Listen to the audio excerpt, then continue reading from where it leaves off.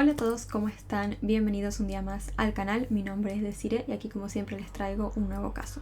Y esta vez tenemos la historia de un joven quien luchó por su vida en más de una ocasión. Sin embargo, en la última de ellas no logró salir victorioso. Este es un caso que casi queda sin resolverse hasta que sucedió un evento muy particular, un hecho muy específico que llevó a que finalmente se resolviera. Así que sin nada más que agregar, vamos a empezar. Este es el caso de Beau Solomon. Beau Solomon nació el 29 de noviembre de 1996 en la pequeña ciudad de Livingston, estadounidense de Wisconsin. Era el tercero de un total de 4 hermanos, cada uno con 3 años de diferencia. Sus padres, por su parte, se dedicaban a trabajar en una fábrica de palomitas de maíz, de la cual eran los dueños. Todo parecía perfecto a simple vista en la familia, pero esta era solo una apariencia porque sucedía algo bastante triste. Beau, cuando era pequeño, empezó a padecer de una extraña clase de cáncer. Debido a esto, tuvo que someterse a lo largo de 10 años de toda su vida a 20 operaciones y tratamientos de quimioterapia. Pero no todo era malo en la vida de Beau. Desde niño, él también fue un aficionado al fútbol americano. Su equipo favorito eran los Green Bay Packers de Wisconsin y su jugador favorito era uno llamado Brett. La vida de Beau tomó un giro especial en el año 2005, cuando, gracias a una fundación dedicada a cumplir los deseos de niños gravemente enfermos, tuvo la oportunidad de conocer a su ídolo, el jugador de fútbol americano Brett. El padre de Beau se había puesto en contacto con dicha fundación y les había contado la triste realidad de la enfermedad de su hijo. Y así, gracias a esta fundación, Beau, cuando tenía 9 años de edad, pudo conocer a ese jugador que tanto admiraba. En el momento en el cual Beau conoció a su ídolo, sus padres sintieron que, a pesar de todo lo que él estaba pasando, en ese instante, Beau era el niño más feliz del mundo. Este encuentro especial le dio a Beau un impulso adicional para seguir dedicándose al fútbol americano, y con el tiempo se convirtió en la estrella deportiva de su escuela secundaria. Unos años después, entre los 14 y los 18 años, Beau también incursionó en otros deportes, como el golf y el baloncesto. Más allá de las aulas, Beau también trabajaba en diferentes campamentos juveniles, en donde era muy querido por los demás estudiantes y niños. Al terminar la escuela, Beau se mudó a Madison para empezar sus estudios universitarios. Deseaba convertirse en político o en abogado. El joven estudió y así terminó su primer año con la especialización en finanzas en la Universidad de Wisconsin. Determinado en aprovechar al máximo su tiempo, Beau empezó a buscar la posibilidad de acelerar su educación. En los Estados Unidos, algunas universidades te permiten realizar cursos de verano que te permiten sumar créditos adicionales, con el objetivo de restarle años a una carrera. Por ejemplo, una carrera de 4 años podría pasar a ser de 3 años. Una de las universidades asociadas con la Universidad de Wisconsin para realizar estos cursos de verano era la John Cabot en Roma, Italia. La reputación de esta universidad era muy buena y se destacaba justamente por recibir siempre a estudiantes internacionales, especialmente de Estados Unidos, ya que muchos de sus cursos se daban en inglés. Beau empezó a considerar seriamente la opción de tomar el curso de verano en esta universidad en Italia. Le pareció una forma bastante emocionante de enriquecer su educación y de tener una experiencia internacional. Finalmente, Beau se decidió a irse solo a esta universidad en Italia, y así el día 29 de junio de 2016 voló hacia Roma para comenzar un programa de estudios que duraría 5 semanas en la Universidad John Cabot. Aunque Beau había ido solo, rápidamente se encontró con otros estudiantes de su universidad en el vuelo. Allí charlaron y acordaron salir a comer pizza juntos la primera noche en Roma. Al día siguiente, es decir, el 30 de junio, Beau y sus compañeros llegaron a Roma. Aquel día Roma estaba inmersa en el funeral de Bud Spencer, un destacado actor, guionista, productor de cine y cantante italiano. Además, se disputaban los cuartos de final de la Eurocopa de fútbol. Por estas ambas razones, las calles de Roma rebosaban de gente, y los medios de comunicación de todo el mundo cubrían lo que estaba sucediendo en la capital italiana. A pesar del caos que reinaba en la ciudad, Beau, recién llegado, se fue junto a sus compañeros al alojamiento universitario para registrarse. Después del registro, todos los estudiantes acordaron reunirse a las 9 de la noche para disfrutar de una cena juntos, tal cual lo habían planeado en el vuelo. Y así, cuando cayó la noche, Beau y sus compañeros se reunieron y salieron a cenar. En algún momento de la velada decidieron dirigirse a un bar en Trastevere, una zona bohemia y moderna en Roma. En ese lugar los jóvenes se acomodaron para ver el primer partido de los cuartos de final de la Eurocopa. Los estudiantes vieron todo el partido y el mismo finalizó a las 23:45. Bow y su grupo de compañeros permanecieron un rato en el bar después del partido. Ahora, hay dos versiones diferentes sobre lo que sucedió a continuación. La primera dijo que todo el grupo de estudiantes salió del bar alrededor de la 1 de la mañana y se empezaron a dirigir hacia el alojamiento universitario. Sin embargo, a mitad de camino, Bow dijo que se había dado cuenta de que no había pagado la cuenta y que regresaría al bar para pagarla. A pesar de eso, le dijo a sus compañeros que ellos siguieran y se regresaran al alojamiento universitario. Entonces los amigos se despidieron de Bow y el joven se dirigió de regreso al bar. La segunda versión dice que cuando todos los amigos estaban en el bar, en un momento alrededor de la 1 de la mañana, Bow se fue al baño. Pero cuando salió no regresó a la mesa, sino que salió corriendo desesperado, salió del bar y desapareció. A pesar de las diferencias, ambas versiones coincidían en algo. El grupo de amigos de Bow lo había visto por última vez a la 1 de la mañana de esa noche. A la mañana siguiente, el compañero de cuarto de Bow se percató de que el joven aún no había vuelto. Como no lo conocía bien al principio, él no se preocupó demasiado. Creyó que capaz había pasado la noche con alguna mujer y que regresaría pronto. Sin embargo, a medida que pasaban las horas y Bow no aparecía, la preocupación creció, hasta que Bow no se presentó a una de sus clases.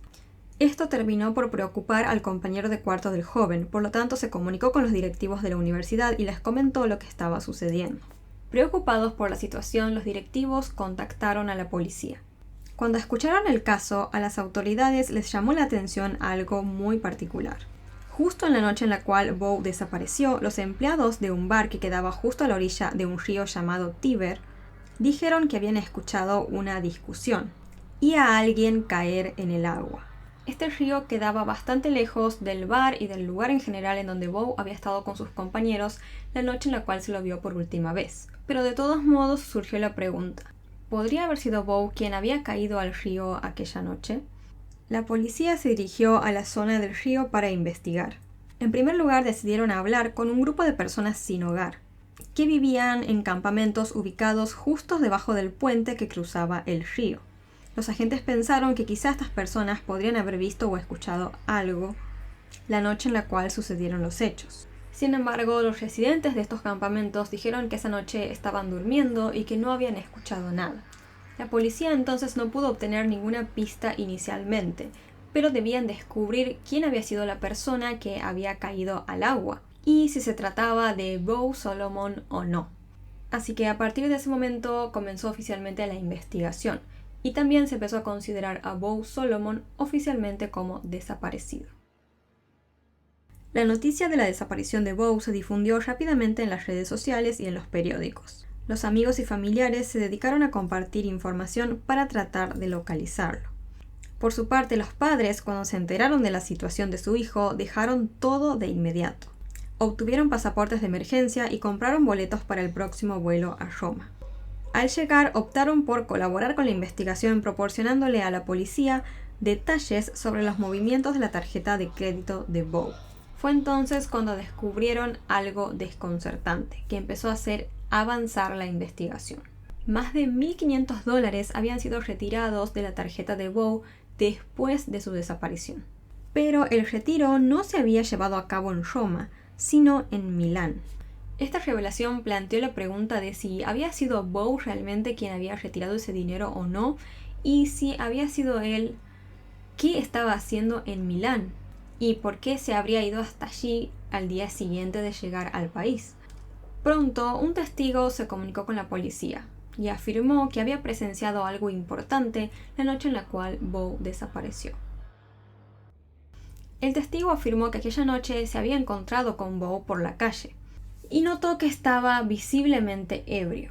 El testigo hablaba inglés y no tardó en darse cuenta de que Bow también lo hacía, por lo tanto intentó entablar una conversación con él. Pero por el estado de ebriedad que tenía no pudieron charlar demasiado. Sin embargo, el testigo notó algo clave. Bow en ese momento tenía sus llaves y su billetera en la mano. ¿Y por qué este dato es importante? Porque al menos hasta ese momento, Bow era quien tenía su propia tarjeta de crédito. Esa misma tarjeta de la cual fueron retirados esos $1.500 esa misma noche en Milán. Para este momento entonces los investigadores empezaron a considerar que quizás Bow por algún motivo se había ido a Milán aquella misma noche. Sin embargo, no se sabía por qué, no tenía ningún sentido. ¿Por qué un joven que apenas llegaba a un país desconocido viajaría a otro lugar solo de noche y sacaría tanto dinero de su tarjeta de crédito? Y sobre todo, ¿en dónde estaba y por qué había desaparecido de esa manera? En esos mismos días, un nuevo descubrimiento cambió por completo todas estas teorías y el curso de la investigación en este caso. La policía había hecho un descubrimiento impactante. Encontraron el cuerpo sin vida de un joven en la orilla del río Tíber. El cuerpo presentaba heridas, especialmente en la cabeza, y llevaba una camiseta completamente ensangrentada. Sorprendentemente, el joven no tenía ningún tipo de objeto personal con él, ni celular, ni llaves, ni billetera. Los investigadores rápidamente se dieron cuenta de que el joven encontrado sin vida en el río era Bow Solomon. Este hallazgo marcó un giro trágico en la investigación y empezó a dejar muchas preguntas sin respuesta sobre las circunstancias de la muerte de Bow. Como les comenté, inicialmente se creyó que Bow había retirado él mismo los $1.500 de su cuenta en Milán. Sin embargo, con la aparición del cuerpo, esta posibilidad obviamente fue descartada. Por lo tanto, los investigadores empezaron a creer en la idea de que Bow había sido víctima de un robo seguido de un homicidio. La conclusión principal fue que a Bow lo habían asaltado y le habían robado todas sus tarjetas. Y después, de alguna manera o por algún motivo, él cayó al río Tíber, en donde se ahogó y falleció. Esta fue la teoría inicial, pero más adelante los resultados de la autopsia empezarían a aportar información clave.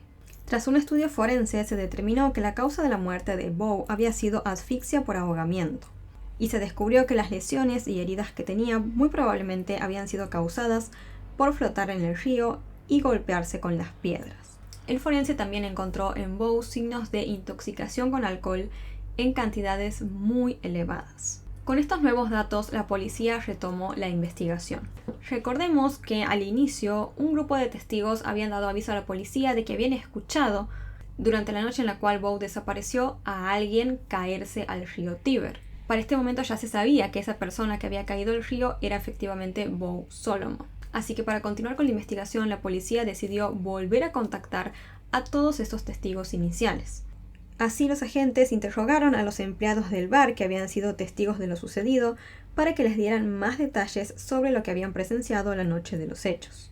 2 de los empleados de ese bar relataron que la noche en la cual Bow desapareció, ellos estaban trabajando normalmente en el bar hasta que empezaron a escuchar ladridos muy fuertes de varios perros. Esto hizo que salieran del bar para ver qué sucedía, y así se percataron que en la orilla del otro lado del río había lo que parecía ser varias personas discutiendo.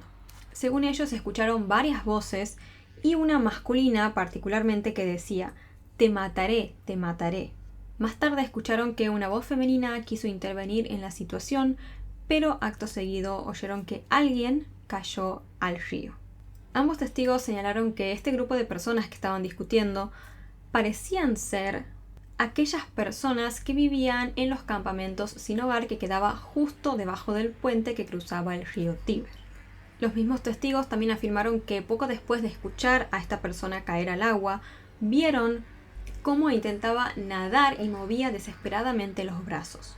Esto planteó la posibilidad de que Bow estaba consciente, totalmente consciente cuando cayó al río e intentó hacer todo lo posible por salvarse.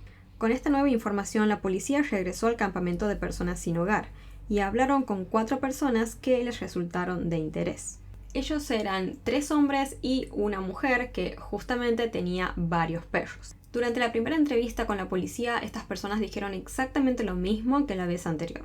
Que la noche de los hechos ellos habían estado durmiendo y no se habían enterado de nada de lo que había pasado. Pero la policía para ese momento sospechaba demasiado de este grupo de personas sin hogar. ¿Y por qué tenían tantas sospechas? No era solo por lo que habían dicho los testigos, sino que los investigadores ya habían hecho un descubrimiento aparte. descubrieron que un incidente muy similar al de Bow había ocurrido ya un tiempo antes en el mismo lugar, y este mismo grupo de personas sin hogar había estado involucrado.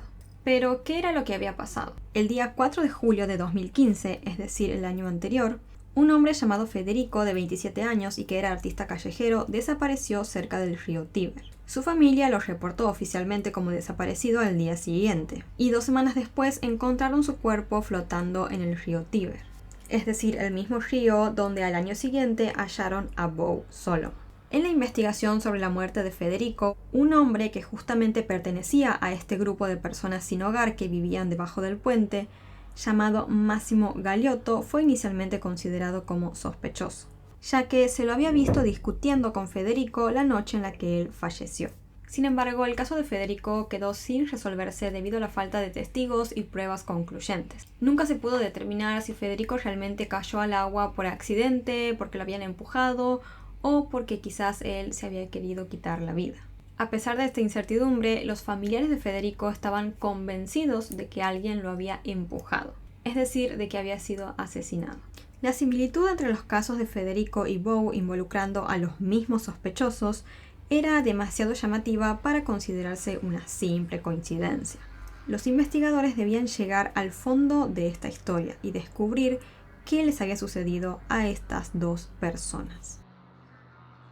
Mientras la investigación se llevaba a cabo, los padres de Bow asistieron a una reunión con el Papa Francisco, quien les dio el pésame, y tras dar su bendición, el cuerpo de Bow fue transportado desde Roma a Estados Unidos.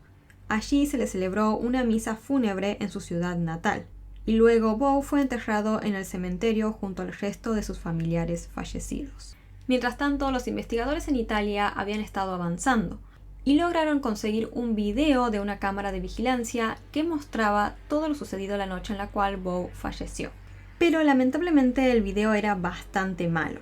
Por un lado porque era de noche, y eso disminuía mucho la nitidez de la imagen. Y por otro lado porque la cámara estaba ubicada al otro lado del río, a una considerable distancia del lugar de los hechos. Dada la situación, los investigadores llevaron este video a especialistas, con la esperanza de mejorarle su calidad y así poder distinguir más detalles. Este proceso tomó meses, y cuando finalmente estuvo listo, la expectación era palpable. Se esperaba que finalmente el video mejorado pudiera arrojar luz sobre lo que verdaderamente le había pasado a Bow Solomon. El resultado de este video lamentablemente no fue para nada especial. Sí se había mejorado un poco la imagen, pero para poder lograr ver con mejor claridad se le había realizado un zoom bastante importante a la imagen. Y como muchos sabrán, un video o una imagen en sí está formada por muchos píxeles.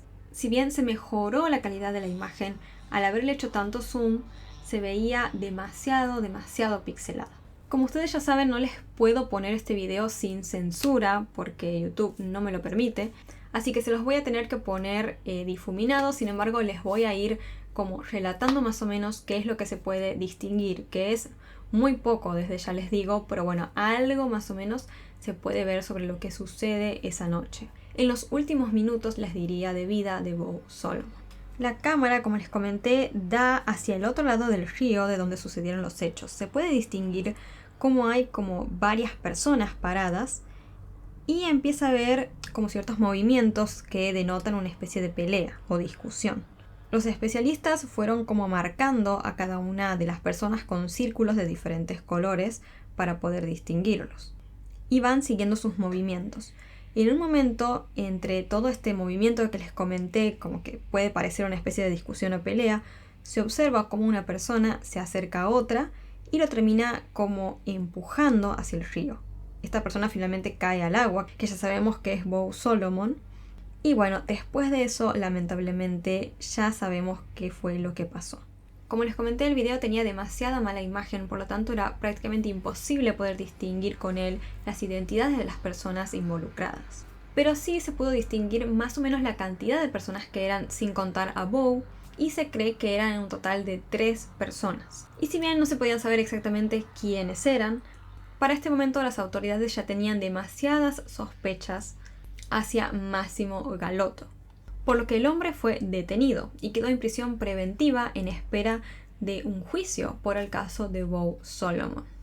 De esta manera, el día 8 de mayo de 2018, 2 años después del crimen, se llevó a cabo el juicio contra Massimo por homicidio. Los investigadores para ese momento habían logrado reconstruir a base de las pruebas obtenidas lo que creían que había sucedido la noche en la cual Bowe perdió la vida. Crearon 2 versiones según cada una de las versiones de lo que Bowe había hecho los minutos antes a desaparecer. Como les comenté, en una primera versión se dijo que Bowe había empezado a regresar al alojamiento universitario junto con sus compañeros hasta que en un momento se percató de que no había pagado la cuenta, por lo tanto decidió regresar al bar y ahí desapareció. En cambio, la otra versión decía que Bowe había ido al baño en el bar y que salió corriendo desesperado. Es decir, en base a estas 2 versiones se crearon 2 posibles reconstrucciones sobre lo que pasó la noche de los hechos. Según la primera versión, se creyó que Bowe empezó a caminar muy borracho de regreso al bar para pagar la cuenta. En el camino se encontró con 2 hombres X que también estaban bastante alcoholizados.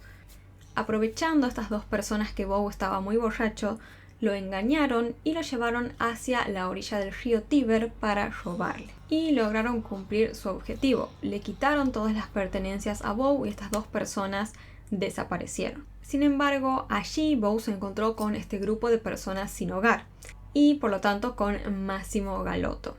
Allí tuvieron una discusión hasta que Massimo empujó a Bowe al río. El joven intentó luchar por su vida, pero terminó ahogándose y falleciendo. Y según la segunda versión, se cree que Bowe se fue hasta el baño del bar y allí se encontró con 2 hombres quienes le robaron sus pertenencias. Y por eso fue que Bowe salió corriendo desesperado del baño porque estaba persiguiendo a los ladrones. Él los siguió corriendo hasta el río. Sin embargo, allí les perdió la pista, pero sí se encontró Bowe con este grupo de personas sin hogar. Y lo que sigue, según esta versión, es prácticamente lo mismo que la anterior. Bowe terminó discutiendo con Massimo Galotto y este último lo empujó al río Tíber. El joven desde el agua intentó luchar por su vida, pero finalmente falleció. A pesar de estas 2 versiones, surge la gran pregunta de por qué Massimo Galotto había terminado discutiendo tan fuertemente con Bowe al punto de empujarlo hacia el río. Se cree que sucedió lo siguiente. Bowe estaba en su primera noche en Roma, en Italia, en un país totalmente desconocido. Era un joven que estaba alcoholizado y a quien le acababan de robar. Como le habían robado hasta su celular, Bowe no podía comunicarse con ningún conocido, así que lo que hizo fue intentar acudir a las primeras personas a las que vio.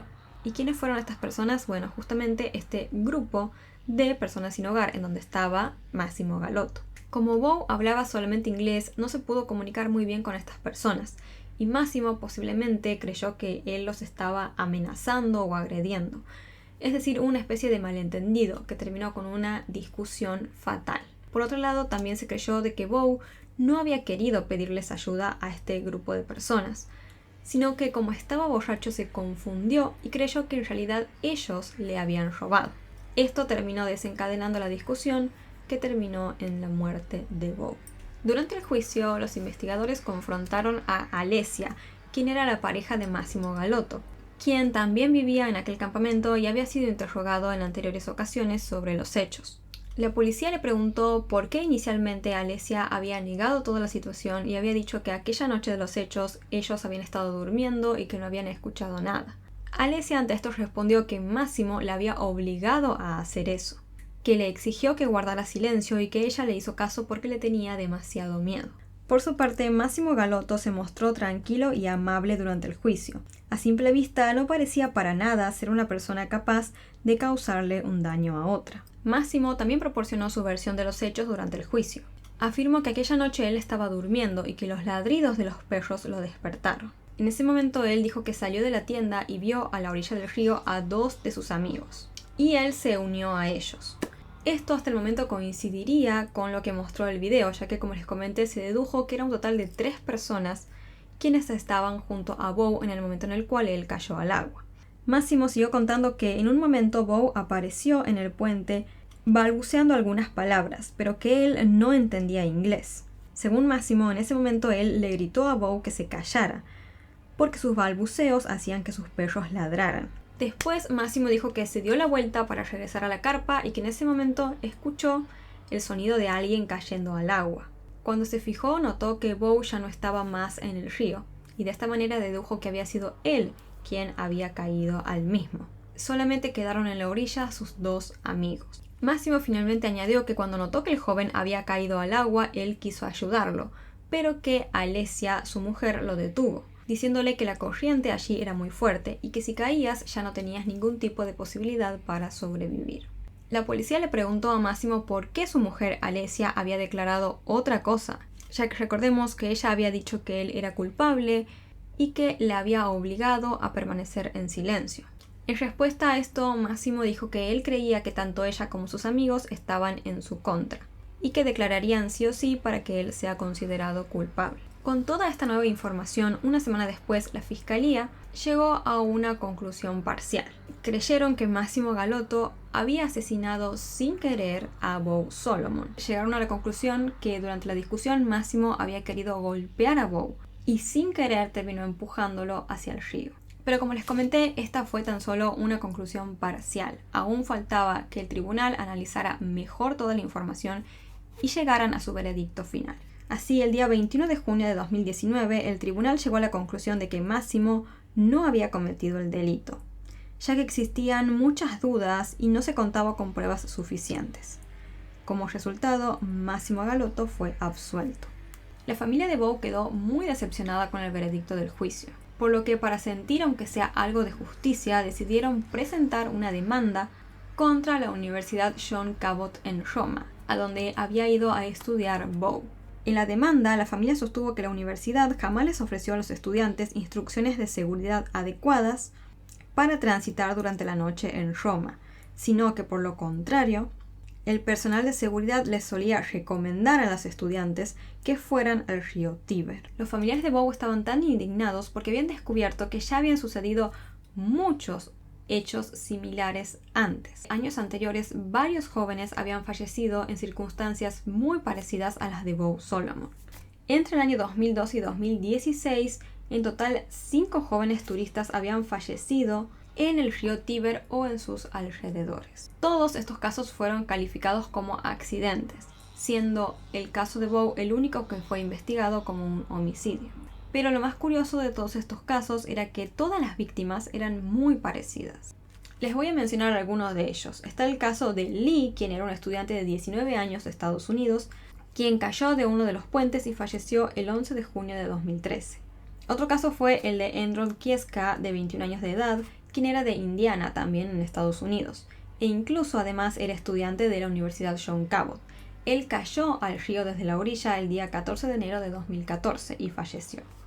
Y así sucedieron varios casos más. ¿Y qué tenían todos estos casos en común? Todas las víctimas eran hombres estadounidenses y tenían alrededor de 20 años de edad. 3 de los 5 que fallecieron eran estudiantes de la Universidad John Cabot y a todos les habían robado antes de su fallecimiento. Entonces, ¿qué consideraban los familiares de Bow? Ellos creían que, siendo ya de público conocimiento todos estos casos, la Universidad John Cabot debió haberse responsabilizado y haberle advertido a sus estudiantes que ir a esa área era peligroso. Sin embargo, como les comenté, no solo no lo hicieron, sino que incluso los incitaban a los estudiantes a visitar el río Tíber. En respuesta a la demanda presentada por los padres de Bow, la Universidad John Cabot argumentó que no era su responsabilidad advertir sobre los peligros de la vida nocturna en Roma, y dijeron que su deber se limitaba al área del campus de la universidad y no a toda la ciudad. Sin embargo, más tarde los familiares de Bow lograron hacer que la universidad aceptara un acuerdo. El mismo consistía en que, a partir de ese momento, la Universidad John Cabot iba a empezar a implementar un toque de queda para los recién llegados en los primeros días, y a proporcionar capacitación en seguridad a cada nuevo estudiante en su primer día. Además, la Universidad de Wisconsin, donde anteriormente estudiaba Bow, le puso fin a su colaboración con la Universidad John Cabot. Luego del caso de Bow Solomon, esta primera universidad comenzó a enviar a todos sus alumnos a un centro de estudios cercanos para que realizaran sus cursos de verano. Como ven, hubo un cambio significativo en las políticas y prácticas de seguridad de ambas universidades. El caso de Bow Solomon realmente marcó un antes y un después en la historia de ambas instituciones educativas.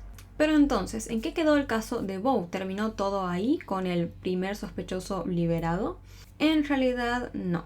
En mayo del año 2020 apareció un video nuevo que lo cambió todo. El caso tomó un giro escalofriante cuando se descubrió un video filmado con un teléfono celular. En el material se podía distinguir claramente a Massimo Galotto golpeando a un hombre llamado Emanuel de 38 años, que también era una persona sin hogar. En el video se veía cómo Massimo le propinaba patadas y golpes a Emanuel. El motivo aparentemente era que Massimo consideraba a Emanuel culpable de haber robado dinero de una recolección en conjunto. Lamentablemente los golpes de Massimo fueron tan severos que provocaron la muerte de Emanuel. La policía, al ver este video, detuvo inmediatamente a Massimo. Y a pesar de la evidencia clara que mostraban las imágenes, Massimo volvió a negarlo todo. Sin embargo, en este caso en particular, ya negar las cosas carecía totalmente de sentido. El video mostraba una imagen nítida y clara de la brutal agresión. Era un video muy diferente al del caso de Bow, en donde no se podía distinguir prácticamente nada por la mala calidad de la imagen. En este nuevo video se observaba muy claramente cómo Massimo había golpeado a Emanuel con mucha violencia, y que lo hizo sin intenciones de detenerse hasta que él falleció. Después de este nuevo arresto, Massimo Galotto quedó en prisión preventiva y en espera de un nuevo juicio. El mismo se llevó a cabo y finalmente Massimo Galotto fue condenado a cadena perpetua, acusado del asesinato de Emanuel. Y hasta aquí llega, digamos de alguna manera, el caso de hoy. Digamos que el principal sospechoso de toda esta historia terminó pagando, pero por el crimen de otra persona. Se podría considerar un caso cerrado, en parte sí y en parte no, porque al fin y al cabo Massimo no está pagando en la cárcel por el crimen específico de Bow Solomon. Es más, ni siquiera se sabe con certeza qué fue lo que sucedió la noche que él desapareció. Aunque claramente con toda la información y todas las pistas podemos deducir que sí fue Massimo Galotto quien empujó intencionalmente a Bow Solomon para que cayera el río. E incluso muy probablemente quizás la muerte de muchos de los jóvenes que sucedieron en años anteriores también fue por causa de Massimo Galotto. Este caso realmente genera mucha bronca porque si habrían detenido y encarcelado a Massimo Galotto con anterioridad, se habría salvado la vida quizás de más de un hombre. Aunque al menos hoy en día queda cierta satisfacción de que él está preso sin posibilidad de poder volverle a hacerle daño a alguien. Así que este fue el caso de hoy. Déjenme en los comentarios cuáles son sus opiniones sobre toda esta historia, qué creen que fue realmente lo que pasó o cualquier tipo de opinión o teoría que tengan. Espero les haya resultado de interés esta historia. Si les interesa en general este tipo de contenido, los invito a suscribirse al canal y activar la campanita de notificaciones para que YouTube les avise cada vez que suba un nuevo video. Antes de irme les dejo como siempre por acá mis redes sociales, por acá un botón para que puedan suscribirse y por acá abajo videos o listas de reproducción recomendadas para ustedes. Muchas gracias por verme, les mando un beso gigante, cuídense mucho y los veo la próxima.